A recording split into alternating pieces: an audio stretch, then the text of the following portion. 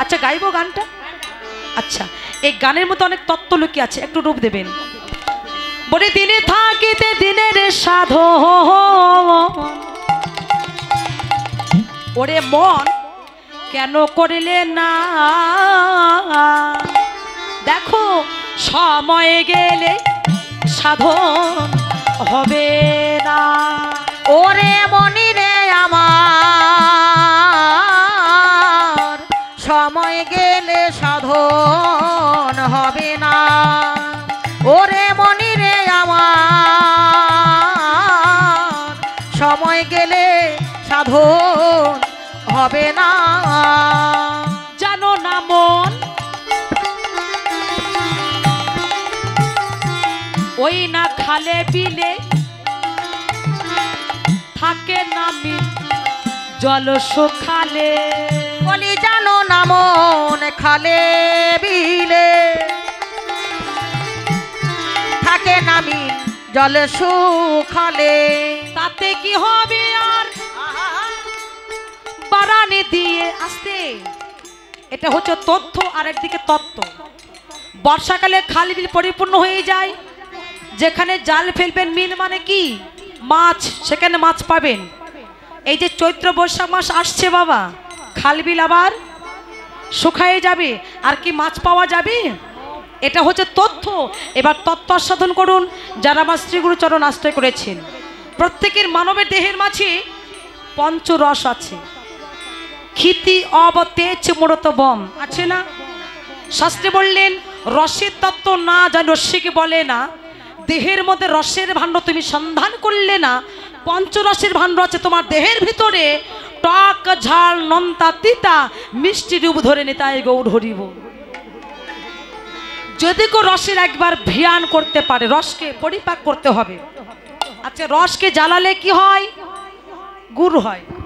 গুড় কতদিন থাকে? 1 বছর। তারপর ধীরে ধীরে গুড়ে কি হয়? পোকা লাগে। বাহ, এই যে গুড়কে পরিপাক করলে কি হয়? গুড়কে পরিপাক করলে পাটালি হয়। চিনি চিনি, আচ্ছা বলো চিনি কতদিন থাকে? 5-6 বছর। তারপর ধীরে ধীরে চিনিও গলে যায়। এবার চিনিকে পরিপাক করলে কি হয়? বাদশা। কেউ দিয়েছে? মাঝে মধ্যে হরি বলে বাচ্চা ছিটিয়ে দিতে হয়। কেন জানেন? এই হরি বলে বাচ্চা ছিটিয়ে না দিলে ভক্তের ভক্তি বাড়বে না। এ জগতে সহজে কেউ ভক্তের চরণধুলি নিতে চায় না বাবা। আমার মানুষ বড় মহাপাপী। এ জগতে ভক্তের চরণধুলি তখনই নেবে যদি কোনো ভক্ত হরি বলে একবার বাতাসটা ছিটিয়ে দেয়। যার সামনে বাতাসা পড়বে ছেড়ে দেবে, ওই বাতাস সামনে পড়লে পর তুলে একেবারে গালে করবে। তো ভগবান বললেন ওই বাতাসের সঙ্গে ভক্তের চরণধুলি যতটা ভিতরে গেল কৃষ্ণ প্রেমের উদয় হলো। নেতাই গৌর প্রেমটা একেবারে হরি বল। তাহলে এই যে রস যদি শুকিয়ে যায়, কৃষ্ণ মিন মাছ হারিয়ে যাবে। তাতে কি হবে আর বারানি দিয়ে মোহনা শোকনা, তোমার এই মোহনা শোকনা। ওরে মন সময় গেলে সাধন হবে না।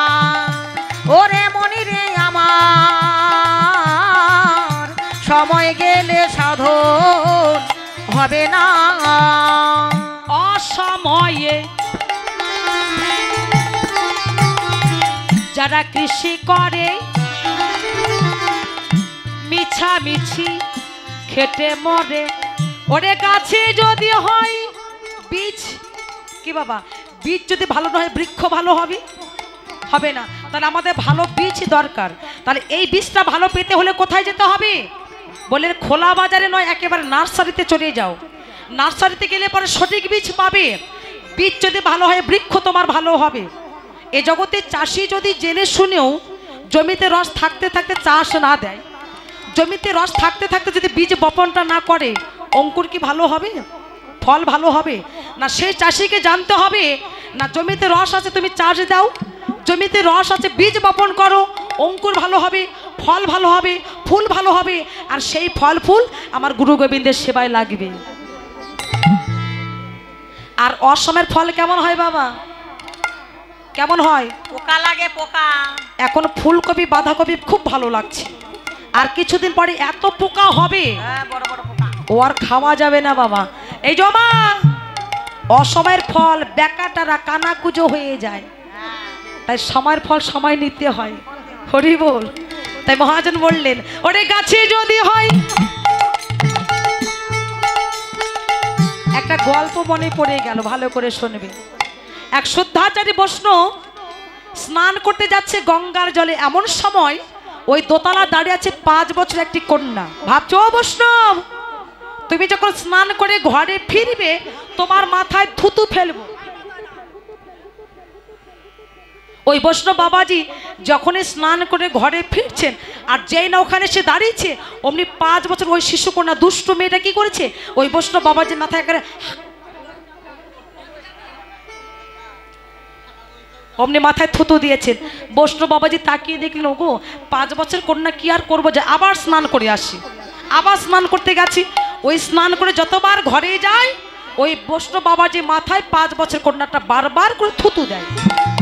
লক্ষ্য করলেন কে তার বাবা, কি বৈষ্ণব বাবাজি বারবার করে গঙ্গায় যাচ্ছি আসছি, ব্যাপারটা কি দেখি তারই কন্যা ওই দোতলার পর দাঁড়িয়ে বারবার করে বৈষ্ণব বাবাজি মাথায় থুতু ফেলছে। বাবা রেগে গিয়ে মেয়ের কান ধরে চাই প্রণাম কর, ভালো করে প্রণাম কর। আর যখনই মারতে গেছে, বাবা দাঁড়াও, তুমি কাকে মারছো, বস, তুমি কাকে মারছো? ও বাবা দোষটা তো তোমার মেয়ের নয়, কেন জানো, ভেবে দেখো, তোমার জমি ভালো ছিল, জমিতে রস ছিল, সময় বুঝে যোগ ধরে শ্রী গুরু চরণ আশ্রয় করে যদি বীজটা বপন করতে, তোমার ফল এমন হতো না। বলে গাছে যদি হয়, এই যে আমাদের সন্তানেরা বৈষ্ণব বাবাজি চরণে প্রণাম করতে চায় না, কেন চায় না বাবা? আমরা বাবা মা যদি শিখিয়ে না দিই তাহলে শিখবে কি করে গো? এই যে আরো একটি গল্প বলছে, ভালো করে শুনবেন।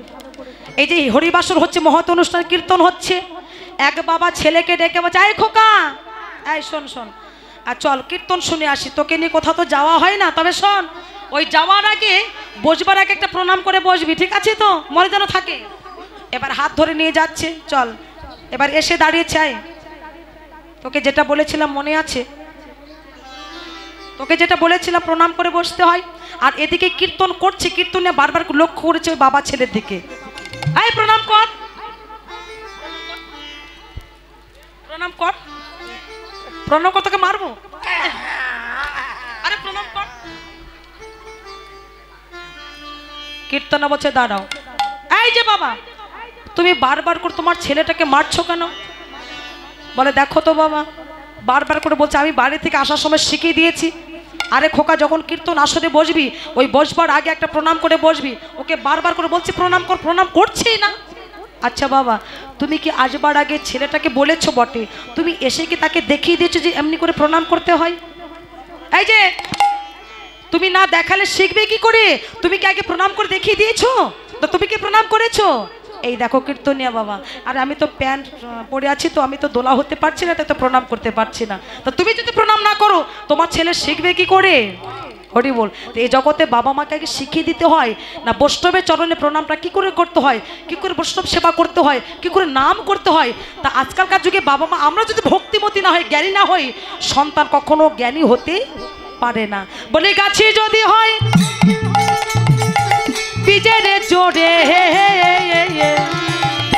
ফল তো ধরে না, তোমার ফল তো ধরে না। ওরে মন সময় গেলে সাধন হবে না, ওরে মনে রে আমার সময় গেলে সাধন হবে না।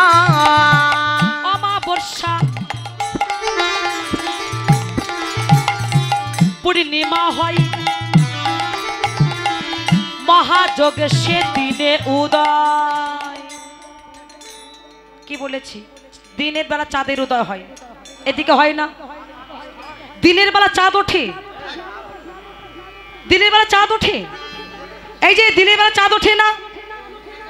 এই যে মা ঘুমাচ্ছে তাকে বলছি, কে ঘুমাচ্ছে ডেকে দাও তো।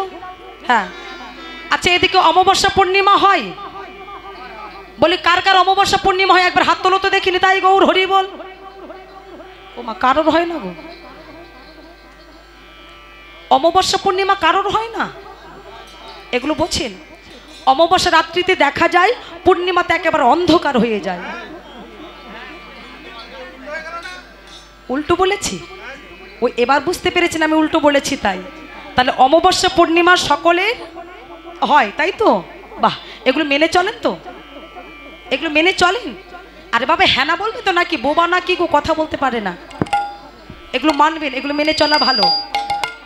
অমাবস্যা পূর্ণিমা সকলের হয়, ঠিক সেই দিন চাঁদের উদয় হয় দিনের বেলা। যদি কোনো ভক্ত সেই দিন স্নান করতে পারে ধারা চিনে, তার মানব জন্মটা ধন্য হয়ে যায়। বলে কারা কারা স্নান করেছেন একবার হাত তুলো তো দেখিনি। তাই গৌর হরি বল। কারা কারা স্নান করেছেন? একজন করেছে, দুইজন করেছে, আর কই? একটু ভেবে চিন্তে হাত তুলবেন গো, আর হাত তোলার সময় ভাববেন। কি গো, আর হাত কারো উঠছে না কেন? হ্যাঁ ভেবে চিন্তে হাত তুলবেন। আর কারো হাত উঠলো না কেন? কেবল একজন আর দুজন হাত তুলেছে গো। আচ্ছা যাই হোক, হাত তুলেছেন। এই যে ও বাবা, যখন স্নান করেছিলেন বসন কি ভিজে গিয়েছিল?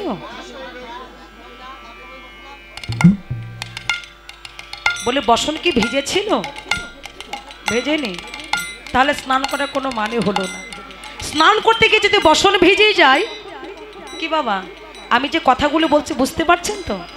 যাই হোক, শ্রী গুরুচরণ আশ্রয় করে, দীক্ষা শিক্ষা মন্ত্র আশ্রয় করে, কাম বিস্কাম উপাসনা করে, স্বরূপে লক্ষ্য রেখে ধারা চিনে স্নান করবে, যেন কারো বসন না ভিজে যায়নি। তাই গৌর হরি বল। এই যে মা, আমি এসেছিলাম কয়টা বাজে? কয়টা বাজে? 1টা বাজে। কিন্তু ঘড়ির কাঁটা ঘুরে গেছে, কয়টা বাজে এখন? বাহ, 4টে বাজতে গেছে। তাহলে সময় থেকে আমি লক্ষ্য করছি, সময় কি আমাকে লক্ষ্য করছে? তা লালন বলছে কি, আমার লালন বলে তাহারে সময় দণ্ড রয় না, তোমাদের দণ্ড রয় না। ওরে মন সময় গেলে সাধন হবে না। ওরে মনি রে আমার, সময় গেলে সময় গেলে সময় গেলে সাধন হবে না। লালন ফকির জগৎকে ডেকে বলে, হে জগতে জীব, সময় থাকতে সাধন করো, সময় থাকতে ভজন করো, তাহলে ভগবানের শ্রীপাদ পদে পৌঁছাতে পারবে। তাই ভজনটা কোন সময় বাবা? মাঝের দিনে, বুড়ো বয়সে নয়। সময় থাকতে ভজন করতে হবে। এই ইন্দ্রগুলো ভালো থাকতে থাকতে হরি ভজন করো। এই সব ইন্দ্রগুলো যদি অসার হয়ে যায়, ওই অসময়ে ভজন করলে ভগবানের শ্রীপাদ পদে পৌঁছানো যাবে না। তাই মনে পড়ে গেছে সেই ভাবের কথা। কোন ভাবের কথা? রাধা ভাব।